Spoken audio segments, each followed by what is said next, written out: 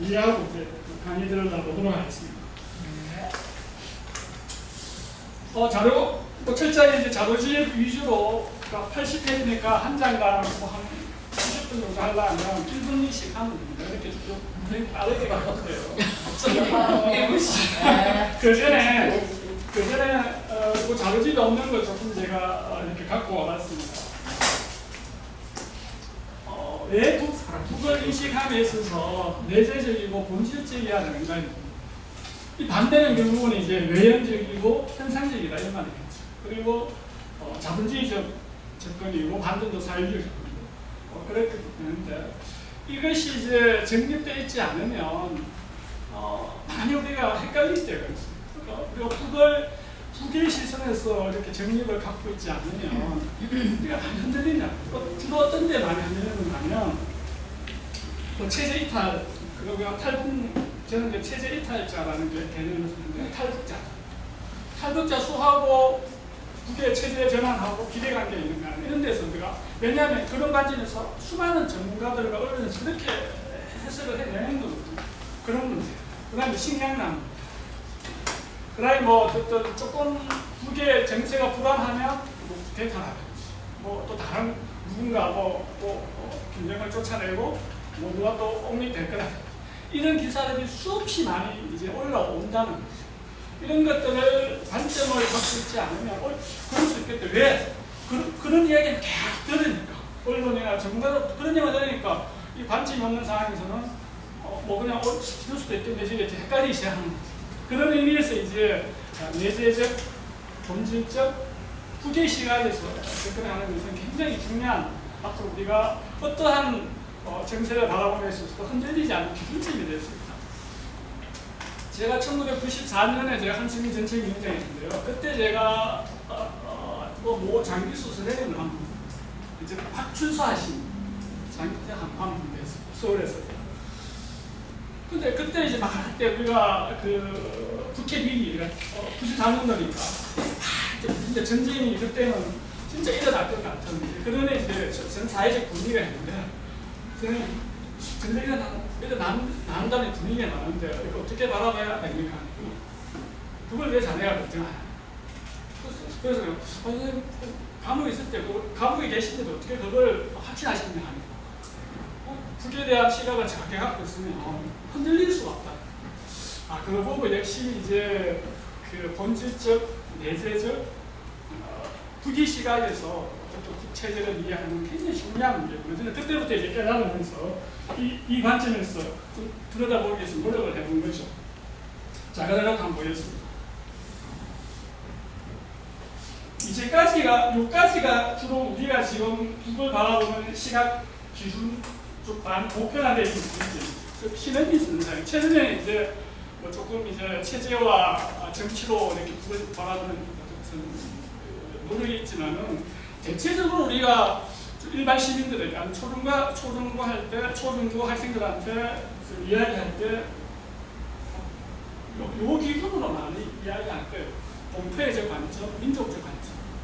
공표의적, 민족적 관점이라는 것은 뭔가 하면 그건 우리의 70년 정도의 생활 수준이다.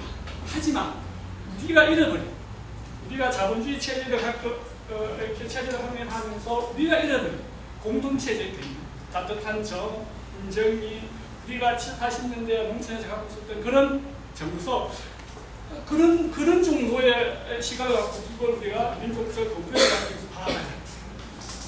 왜? 체제와 제도로서 그걸 이야기하기는 부담스러우니까. 이렇게 많이 접근해 들어갔다는 거죠. 이 시각이 결국은 아까 앞에 이야기했던 북을 내재적, 본질적으로 우리가 관점을 정립하고 있지 않다 보니까 그런 여러 가지 외국의 언론 기사나 아니면 전문가들이 흔들리기 시작합니다. 그래서 앞으로 우리가 이제 북을 조금 바라보는 데 있어서 바로 제 책을 자랑하려고 하는 건 아니고 어쨌든 이런 체제와 정치로서 북체제를 바라보는 것이 굉장히 중요하다. 그 관점에서 우리가 앞으로 이해되어가는 것이 중요하겠다. 이런 이야기를 하고 싶습니다. 그 다음에 두 번째 보면 이 왼쪽이 2016년도 서울시 중부 쪽방촌입니다. 약 800명 정도가 쪽방촌을 거주하는데 만약에 이 설명만 했다고 하면 아마 이것만 보면 이게 북이고 이게 서울이다 생각할 겁니다. 당연하죠. 그런데 공교롭게도 서울은 왼쪽이고 북은 오른쪽인데 이렇게 비례해서 여명거리인데요.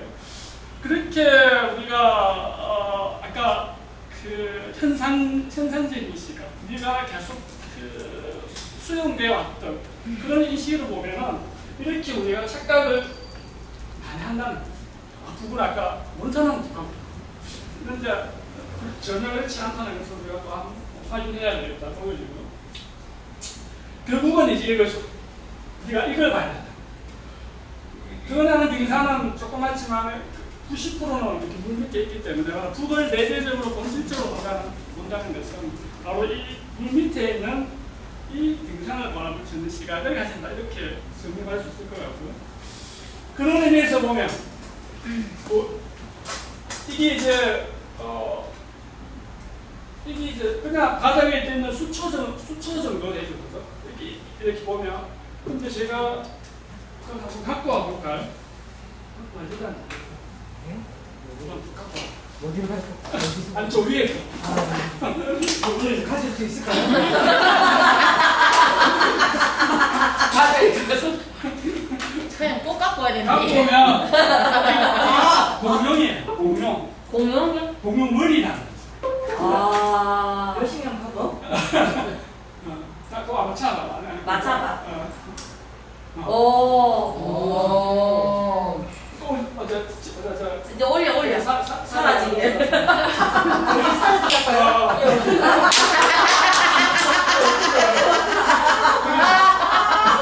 아, 재밌다. 뭔가 이랬대. 재밌는 거 아니에요? 재밌는데. 아, 재밌는데. 그래서 저것만 보면 근데 바다에 또는 강위에 있는 냇가위에 있는 건 수초로입니다. 그러니까 또 아까 빙산에 얘가 물 밑에 있는 또 이제 본질 내재 또 이야기를 하고 싶은 거예요. 이렇게 그걸 본질적으로 내재적으로 보지 않으면 항상 우리는 위에만 빙산에 아까 위에 10% 들어가는 그 부분과 이렇게 우리가 수초로 착각할 수 있잖아요. 그래서 내재적 본질이 참 중요하다 이런 또 이야기를 또 한 번 할 수 있을 것 같습니다. 이게 이제 2018년도 맞죠? 함정 도보다리 연극장인데 그 시기에 왼쪽이 이 장면이 2018년도에 있는 장면입니다. 18년도예요? 어느 한 유치원에서 홍변 대회를 했는데 오 마이 갓. 48년인데? 7살인데? 7살 세상에. 주제가 찌르자 공산당 아직까지 김정은이 현실이야. 맞네. 신고해야 되겠어. 그래서 제가 애를 왔다 해서 애들 데려다 놓고 대체 뭘 시킨 것이다. 이게 지금 대한민국의 현실이야. 진짜 강남이에요, 강남.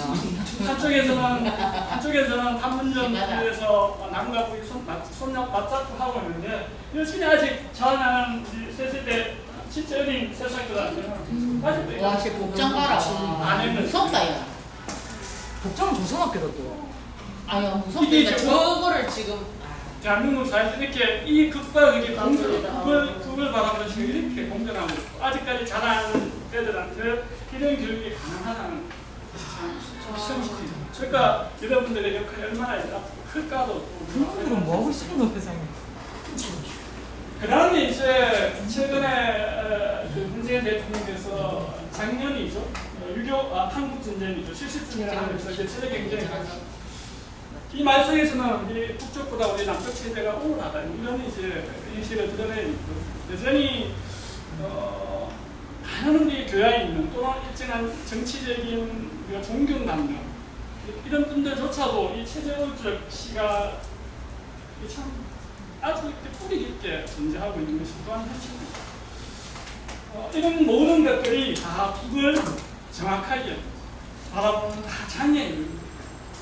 이런 것들을 우리가 격대비 사회에 있는 이런 북을 바라보는 장애를 우리가 극복하고 그걸 넘어서서 북을 제대로 인식한다는 것이 얼마나 어려운가를 제가 이야기하고 싶어요. 그렇기 때문에 우리 일반 시민들이 북에 대해서 잘못되어진 시각과 편견을 가졌다 해서 그분들을 우리가 탓할 수 없는 거예요. 이런 척칠 사이는 이 상황 속에서 당연히 그렇게 인식할 수밖에 없는 거죠. 그러니까 이제 그 북을 제대로 본다는 것이 얼마나 어려운가 이 남북 사회에서. 물론 그것에 법적 제도적 장치로서 국가보안법이라는 또 다른 이제 장치가 있는 거죠. 그러니까 그것들을 이제 벗어나서 뛰어넘어서 이제 우리 하나하나 북을 제대로 보는 시각을 이제 가져볼까 합니다. 그래서 네 가지 주제를 갖고 이제 이야기할 건데요. 첫 번째 주제, 왜 북한과 조선 그 인식 프레임이 북을 우리가 제대로 인식하는데 정말 어렵게 만드는가를 한번 볼 거고요. 두 번째 주제가 과연 북한 사회주의 체제를 포기할 수 있을까? 포기할 수 있을까라는 입장에 포기할 수 있다라고 이렇게 생각해 보면 우리 햇볕 정책 이렇게 논의가 돼요. 자, 우리가 지금 민주당 정부의 정당 수준 또는 민주당 정부의 인식이 갖고 있는 한계가 뭔가 하면 바로 우리가 북을 도와주는 것을 그러니까 도와준다고 생각하죠. 그러면 이제 이렇게 돼서 포기기 또는 이걸 이제 수구 부부 세우고 또 공격을 받아야 되니까 그것에 자기들의 변명으로서는 도와줘도 보면 북은 개혁 개방을 갖고 그러면 그 자부지 될 거다. 그래서 그것을 합리화하려고 하는 것이죠. 그럼 그 전제는 바로 북이 체제 제한 또는 자본주의 체제를 수용할 수 있다는 전제가 있는 것이죠. 그렇게 합리화해야 거죠. 자기의 정치가 정당하기 위해서.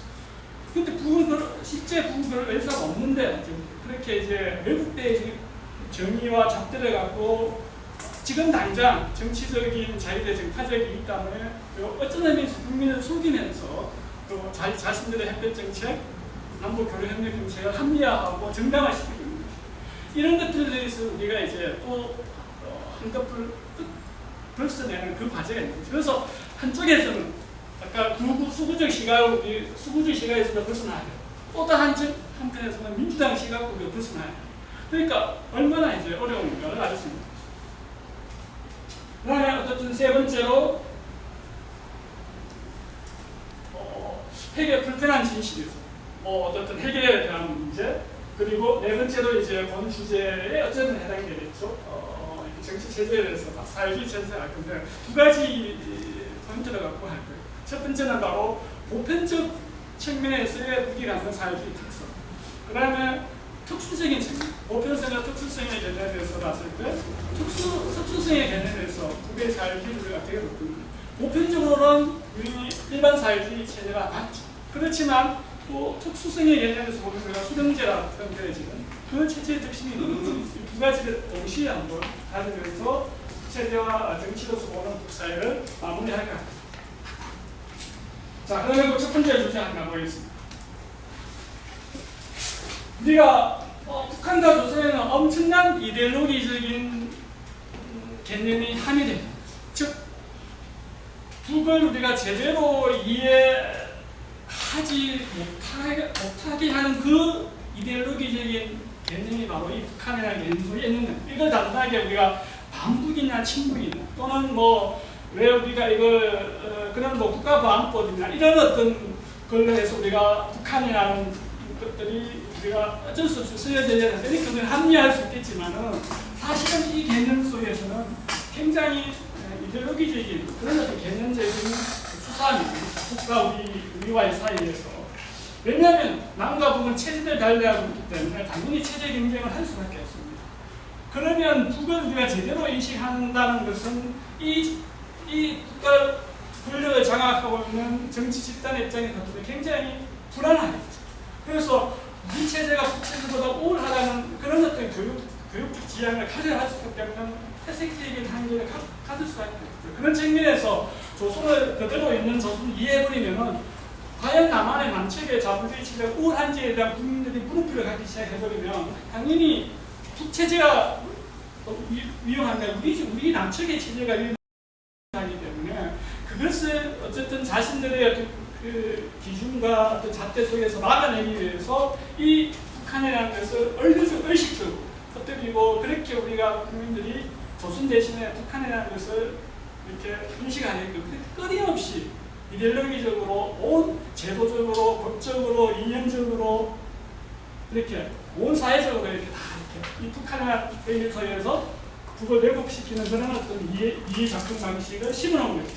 그런 의미에서 바로 정명로, 즉 이제는 북한을 조선으로 인식하는 것이 굉장히 중요합니다. 왜냐하면 우리가 사물의 이치를 깨달아갈 때 본질 그 이름을 그 실체에 맞는 이름을 갖게 하는 것이 가장 1차적이고 본질. 왜냐하면 우리의 말과 언어 속에서는 그 한 사람의 사상과 생각, 신념이 드러나 있기 때문에 그것을 어떻게 왜곡시킨다는 것이죠. 북한이라는 개념 속에서는. 그러면 그것이 어떻게 왜곡되는지를 한번 보겠습니다. 지금 한번 찾아보죠. 이게 내가 한 2월 달에 그 유교도 해외 본부에서 강연하면서 제가 찾았는데 다음에 제가 조선민주주의 인민공화국을 치면 이렇게 북한이라는 겁니다. 아니 조선민주주의 인민공화국을 치면 조선민주주의 인민공화국이 돼야 되는 게 정상이죠. 근데 북한이라고. 네. 이게 이제 지금도 그렇습니까? 이게 단순한 문제가 아니라 아까 와 신기하다. 조선과 북에는 엄청난 이데올로기적인 개념의 차이가 존재하고 있기 때문에 이 북한과 조선을 어떻게 되면 우리들이 분리시켜요.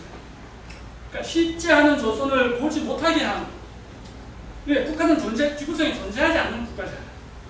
근데 존재하지 않는 국가를 우리가 존재하는 것처럼 믿으면서 우리가 조선을 인식해야 된다니까 여기에는 바로 그 일이 되는 거예요.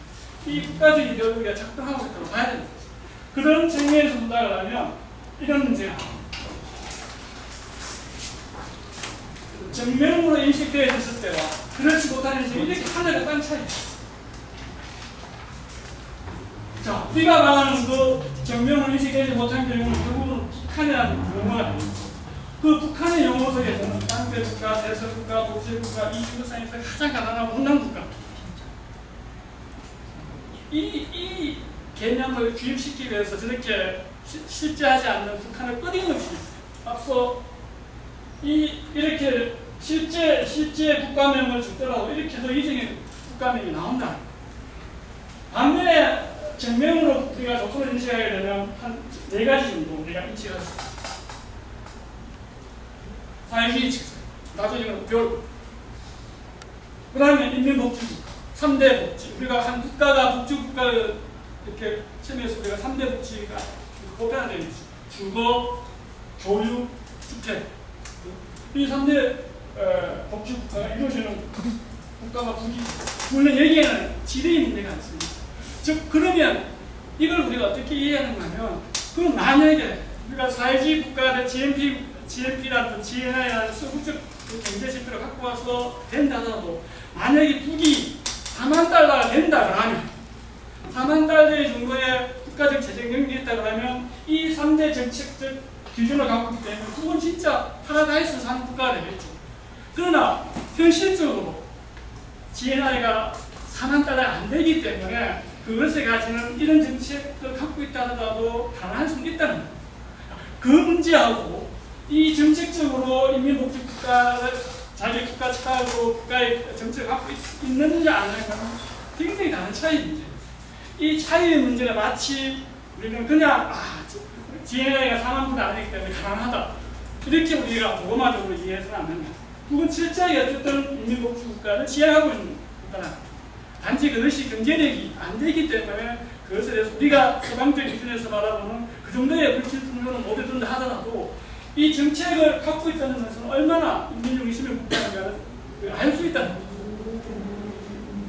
그 다음에 이제 우리는 지금도 친일 잔재 생산으로 이렇게 지금도 이 난리인데 그건 어떻게 됩니까? 99.9% 완벽한 친일 생산하는 거죠. 그것에 따른 국가적 특성을 그 바탕 위에서 국가 정통성에 보면 우리는 그게 그냥 세발의 뿐인 거죠. 지금도 아직 친일 정산 문제이 지금도 이루어지고 있는 나라. 얼마나 이 국가 정체성이 우리가 그러니까 사실은 그게 우리가 밀리는 이렇게 놓고 본다. 그러니까 불안하죠. 어떤 의미에서 국이 불안한 게 아니고 우리가 불안한 측면이 있어요. 그 다음에 이제 전라국가에 대해서 미국과 이렇게 한판 이 지구상에서 미국과 맞짱뜰 수 있는 국가가 중국입니까? 러시아입니까? 없죠. 그들이 핵을 갖고 있지만 미국을 공격하겠다는 생각을 못하고 있죠. 그러니까 미국이 중국과 러시아를 그렇게 무서워하지 않죠. 이런 봉쇄를 통해 가지고 또는 어떤 제국지 그 우두머리라는 역할을 시키기 위해서 대기를 하지만은 공격을 중국이나 러시아로부터 공격을 받겠다는 생각은 안 하는 거예요. 근데 유일하게 이 지구상에서 미국 본토를 공격할 수 실제 하게끔 한다는 생각을 갖고 실제 미국이 그에 대한 공포와 두려움을 느끼는 나라가 북이죠. 그런 의미에서 이제 이런 것들이 바로 이제 정명으로 인식했을 때와 그렇지 못했을 때 북에 대한 완전히 다른 140도의 시각들을 우리가 가질 수 있는 그런 어떤 차이를 알 수 있습니다.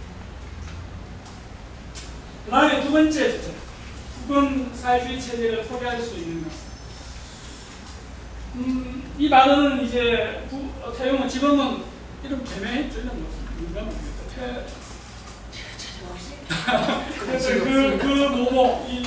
이 탈북자, 체제 이탈자가 지금 뭐 국회의원인데 2009년도에 홍콩을 김한지하고 미국 홍콩에서 대만에서 이제 발언하면서 북한은 이미 자본주의를 맡겼다 이렇게 이야기했는데 과연 이제 북은 사회주의 체제를 포기할 수 있는지 한번 보겠습니다. 끝까지 이제 근거를 갖고 이렇게 이야기를 할 건데요.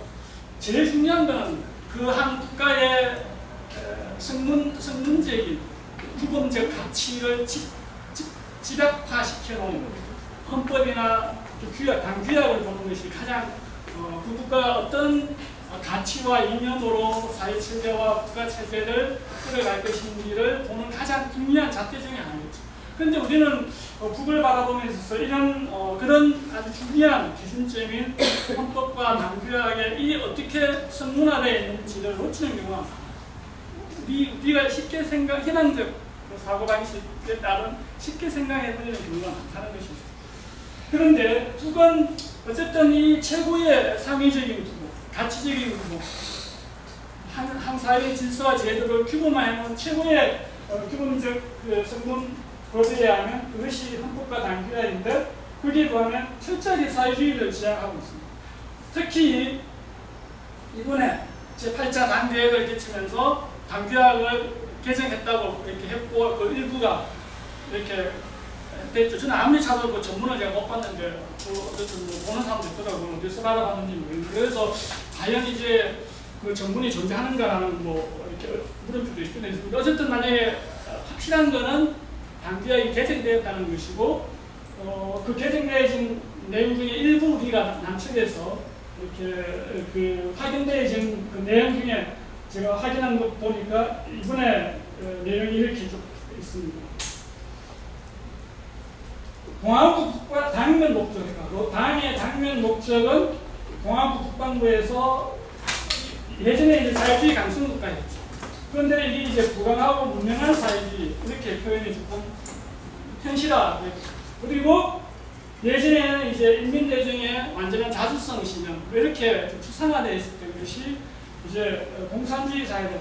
사회주의보다 높은 단계의 사회가 공산주의 사회죠. 그래서 당면 목적으로는 문명한 사회주의 국가이고 종국적으로는 최종 목적지는 공산주의 사회를 실현하는 이런 국가의 자기 지향을 갖고 있는 나라가 자본주의가 될 수 있다. 스스로 될 가능성이 거의 제로인 것이죠. 그리고 두 번째 북이 사회주의 체제를 포기하지 않겠다는 근거로서 두 번째는 바로 현실 사회주의의 경험, 동북권과 현실 사회주의 경험 속에서 우리가 북이 사회주의 체제를 그리고 자본주의 체제가 될 수 있다는 그 근거를 우리가 가질 수 있을 것 같아요. 즉, 이 말은 역설적으로 이렇게 표현하면 만약에 진짜 북이 스스로 사회주의 체제를 버리고 자본주의 체제, 그러니까 체제 전환을 할 마음이 있었다면 몇 번에 우리가 객관적 타이밍을 본다 그러면 예컨대 우리가 그 타이밍을 우리가 볼 수 있죠. 많은 전문가들 언론이 이야기하고 있는 것처럼 89년도에서 90년대 초에 일어났던 현실사회주의의 몰락. 그때 국도 어떻게 됩니까? 사회주의를 버리고 체제전환, 동국과 같이 체제전환해서 그 타이밍이죠. 그 다음에 이제 또 다른 두 번째 타이밍이 바로 고난의 행군이시죠. 그때도 국이 사회주의를 버리고 체제전환을 통한 자본주의 체제로 갈 수 있는 그런 어떤 타이밍입니다. 그런데 그런 것들이 이루어지지 않았다는 것은 그 어려운 시기, 진짜 체제의 전망이 한치 앞을 내다볼 수 있는 그 시급한 상황 속에서도 사회주의 체제를 보수하고 자본 체제를 가지 않았는 이 국이 지금은 어떻게 됩니까? 문명한 사회주의 강국 또는 공산주의 사회라는 정상적인 그 궤도를 따라서 가고 있는 이 국가가 스스로 그래 이게 안 가대 사회주의가 잘못되어진 체제가 아니라 자본주의 하려 이렇게 궤도 전환을 하겠다는 것은 우리가 상상 속에서 가능하지 않는. 근데 상상 속에서 가능하지 않는 이 가능은 현실 속에서는 끊임없이 체제 전환 될 것이다. 아까 이야기했듯이 뭐 이타짜스 같은 나오면은 그걸 핑계로 체제 전환 일어난다. 조금 정세가 불안하면 뭐 부대 일어나서 뭐 한다. 조금 뭐 묻기 힘든 뭐 이렇게 우리가 끊임없이 체제 전환에 우리가 시달리고 있는. 그것을 우리가 이 속에서 우리가 한번 함의하고 있는 의미를 알아야 되겠다는 기본입니다. 그 다음에 이제 각종 국의 자료들 속에서 국은 어떤 생각을 갖고 있고 또 자신에 대해서 체제에 대해서 어떤 의미 부여를 하고 있는지 보면 국은 절대 자본주의에 대한 어떠한 단 0.01mm 투입하지 못하는 것을 우리는 알 수 있습니다. 바로 현실 사회주의 체제 그 시기에서도 국은 이러한 사회주의를 고수하는 이런 어떻든 자료와 문헌을 당에서 또는 당시에 지도자였던 김정일 국방위원장이 이런 것들을 발표하면서 끊임없이 사회주의에 대한 애정을 표현하고 있습니다. 특히 이 92년도에 이 발표한 대당의 청노서는 제2의 공산당 선언으로 불릴 만큼 지금의 사회주의에 관심 있고 그 사회주의 체제를 유지하고 있는 국가들부터 제2의 공산당 선언으로 어쨌든 격찬받는 그런 어떤 문헌이 이렇게 공식화되어 있습니다. 알다시피 공산당 선언이 언제죠? 1848년 그때 우리가 한참 기회가 되다 보면 뭐 여기 유령 어떻게 생각하죠? 여기 유령이 있다. 뭐 시작해가지고 사회주의라는 유행이 있다. 뭐 대야 이렇게 시작되는 그 공산당 선언의 불건강한 그런 문헌으로 격찬받고 있는 것이 바로 이 1992년도에 발표한 역사적 교훈과 원당의 청노서입니다. 그런 의미에서 현실 사회주의 또는 동국군이 몰락하고 무너지는 상황에서 어떤 의미에서 제2의 공산당 선언이라고 그거는 한 국가가 국이라는 것은 지금의 현재 사회주의의 정규국이 그러면 국이라는 것들을 우리가 알 수 있다는 거죠. 그런 스스로의 답정 또는 이제 그 사회주의 체제의 가장 강력한 전진기지 보루 이것을 자행하는 국이 스스로 자본주의가 되겠다. 그것도 역시 가능하지 않습니다. 뭐 그런 것들이 이제 이런 여러 가지 문헌들 속에서 나타나고 있습니다. 특히 우리가 동국과 또는 현실 사회주의의 몰락 과정에서 국이 보는 중요한 본질 중에 하나가 바로 이 수정주의 또는 지도자의 역할입니다.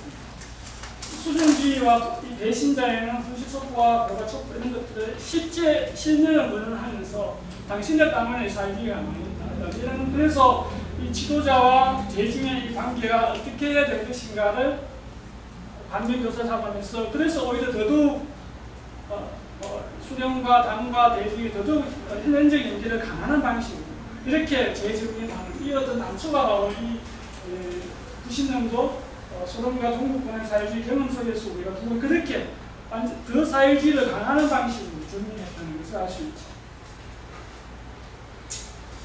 그 다음에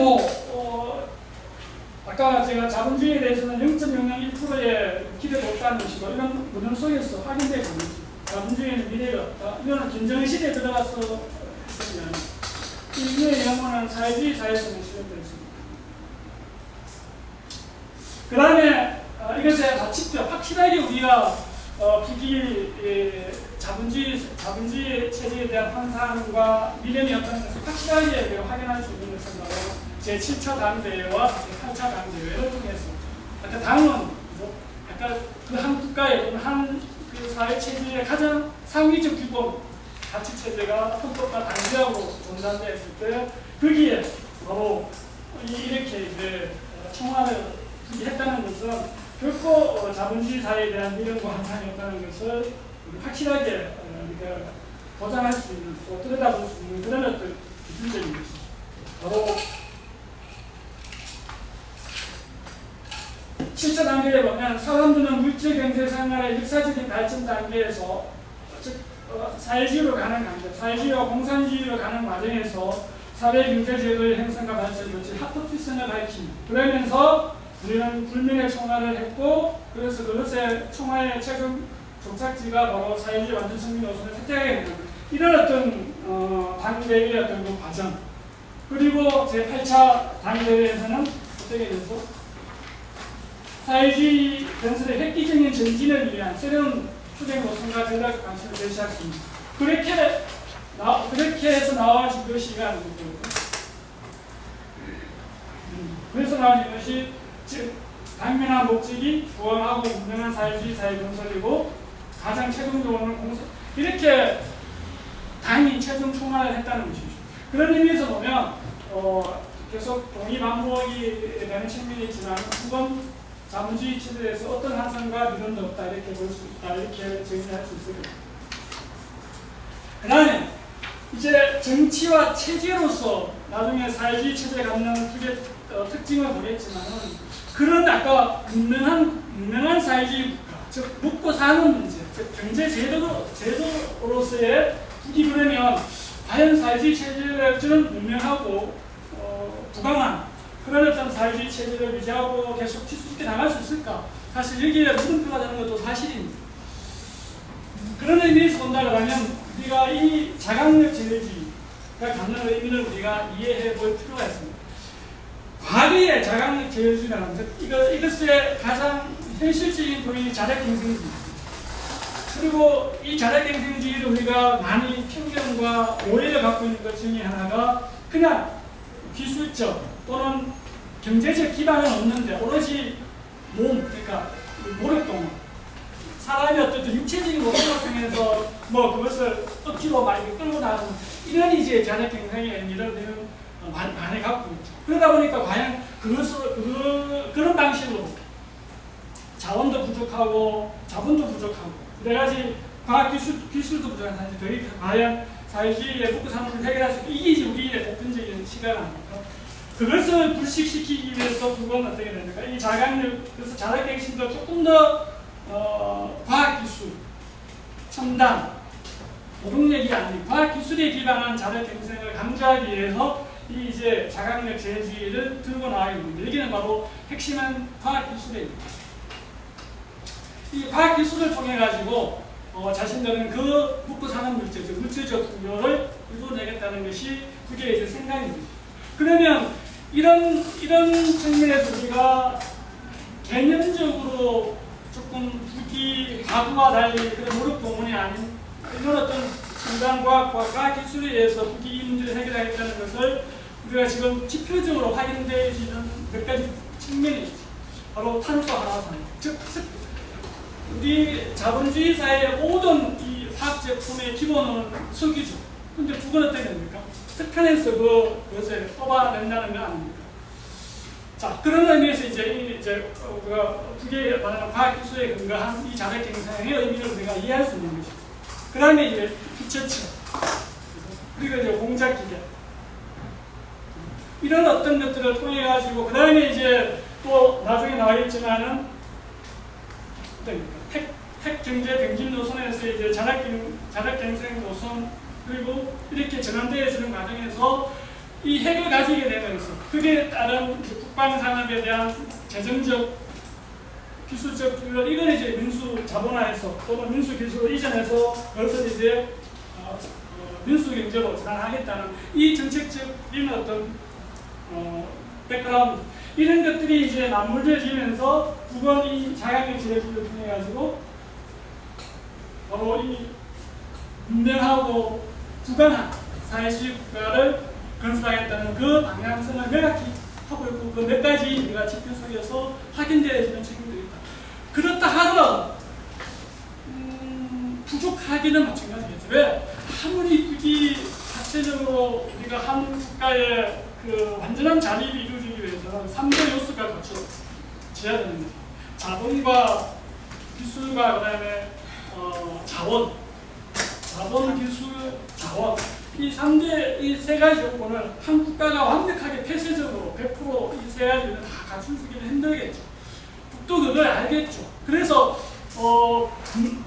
부강하고 그리고 분명한 그런 사회주의 국가가 되기 위해서는 사회주의 체제를 유지하는 것은 어떻게 되겠지만은 부강하고 분명한 이 수식어가 붙는 사회주의가 되기 위해서는 적어도 아까 그런 몇 가지 지표하고 그것을 해결할 수 있는 근본적인 어쨌든 접근 방법이 필요할 것인데 그걸 바로 우리가 찾을 수 있는 힌트가 이 특구 경제와 민족 경제입니다.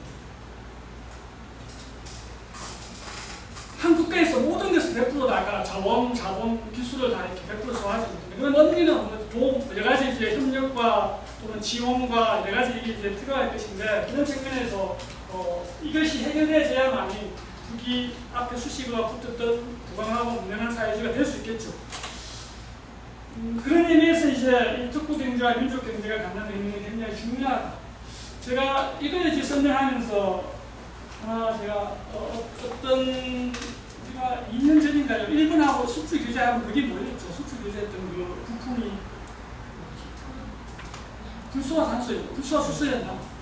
그래서 그건 이제 모든 그 첨단 기기에 아주 중요한 그 부분인데 그걸 이제 일본이 규제한 우리가 깨갱해가지고 일본의 한국 왔다 이런 일본은 그런 생각으로 그걸 했지만은 그 지금 부지부지됐잖아. 그래서 그게 왜 그렇게 중요한가 했더니 그 기획을 하는 분이 이렇게 이야기하더라고요. 자본주의 사회에서 우리가 그 불소와 수소를 만드는 기술이 어려운 건 아니에요. 근데 적어도 생산성이 있는 제품이 이렇게 만들기 위해서는 그걸 기반하는 데서 그 생산성이 있는 그 기술과 경제가 되기 위해서는 적어도 전 세계 한 60%를 시장 지배력을 가져야 하는 이윤이 남는데. 그런데 그걸 독점하고 있는 것이 일본과 대만. 그래서 그 기술을 여기 문제가 아니고 그거는 그러니까 빨리 따라잡는데 그리고 시장성이 이미 독점하고 있는 걸 뛰어들어가봐야 후가 시장으로서 생산성이 안 나니까 결국 문제가 닫아야 된다. 그래서 그걸 안 하는 것이지 그게 기술력의 문제는 아니라 그것을 좀 우리가 그래서 상상하면 또 그 고민인 것이고 어쨌든 지금에 있는 수준에서 사회주의 체제를 유지는 할 수 있겠지만 부강하고 분명한 사회주의가 되기 위해서는 결국은 이런 문제를 해결하지 아까 그런 문제를 해결해야만이 되는데 그것을 해결하기 위한 근본적인 방법으로는 계획경제를 기본 고려하고 하는 특구경제와 민족경제 이렇게 우리가 이해해주는 것이 낫겠다 이렇게 보는 겁니다. 그래서 이제 이 부분 사회주의의 체제를 유지하는 근본적인 측면에서 이 자강력 계획을 통해가지고 계속 사회주의를 갖고 가고자 한다 이렇게 정리해놓고 이제 본 주제로 이제 조금 다가가고 있는데 그 전에 그러면 1도 보면 어때? 1도 그럴 너무 누구만 하고 아까 그 핵까지 하고 봅시다. 보면 우리가 그 핵을 갖고 굳이 이제 딜하고자 하는 그 목적 중에 하나가 경제 제재를 풀기 위해서 이렇게 아주 강미한 현상입니다. 그렇게 그 관점에서 본다면 이런 이제 국외 메시지를 보면 그건 실제 아까 자강력 제재를 통해 가지고 자력으로 그 경제 문제를 해결하려 하고 있구나 이것을 볼 수 있는 측면이 있는데요. 바로 이런 문제들. 뭐 2018년도에 워딩인데요.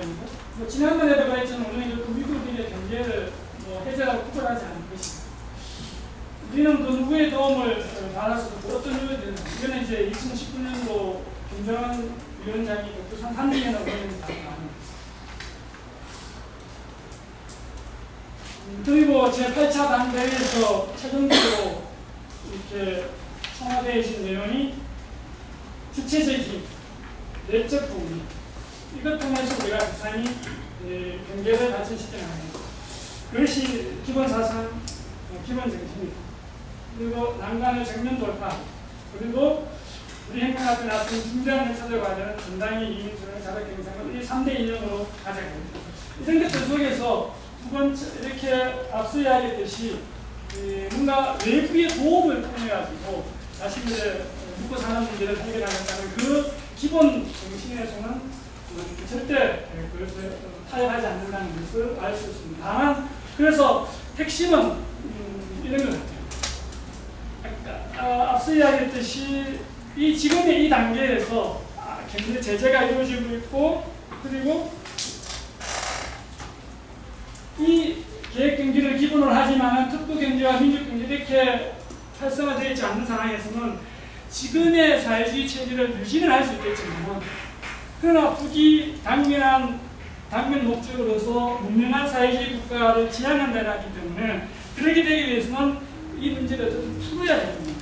이 과정은 국민이 또 갖고 있다 이렇게. 그런데 그것을 푸는 방식이 네가 생각하고 있는 그 책가고 있는 것처럼 체제 전환을 위해서 자본주의적 방식으로 개혁 개방을 그런 방식으로 풀지는 않겠다는 것. 일단은 그리고 그것을 우리가 증명해내고 있는 국의 방식이 바로 이런 어떤 발언들 속에서 우리가 충분하게 확인할 수 있다. 이렇게 이제 정리하는 것이 맞겠다 보여집니다. 그 다음에 이제 본 주제 들어가기 마지막 짧은 내용 중에 하나가 바로 이 폐계 문제. 이것만 갖고 1시간 할 수 있는데, 그죠? 우리가 지금 강의에서 진짜 짧게 한 3분 안에 끝내봅니다. 이게 이번에 바뀐 그 당규약이에요. 이게 바뀐 내용을 제가 적어봤습니다. 그래서 이거 갖고 뭐 몇 가지 논란도 있죠. 그래서 뭐 조국 총리를 뭐 포기했니, 뭐 그다음에 뭐 그래서 또 뭐였죠? 포기했어. 미국의 이제 그 민족해방 전략을 뭐 포기했는지 뭐 이런 이야기 논증이 되고 있는데 뭐 그건 좀 말장난 같고 어쨌든 그 시간은 아니니까 이 문장만 놓고 본다 그러면 전략적으로는 두 가지 정도 해결 의미가 있는 것 같아요. 하나는 미국과의 적대관계를 종식시키기 위한 측면, 그리고 두 번째는 미국의 제국주의적 속성을 제거하기 위한 측면. 이 두 가지 측면이 기준으로 생각해야 있는 것 같아요.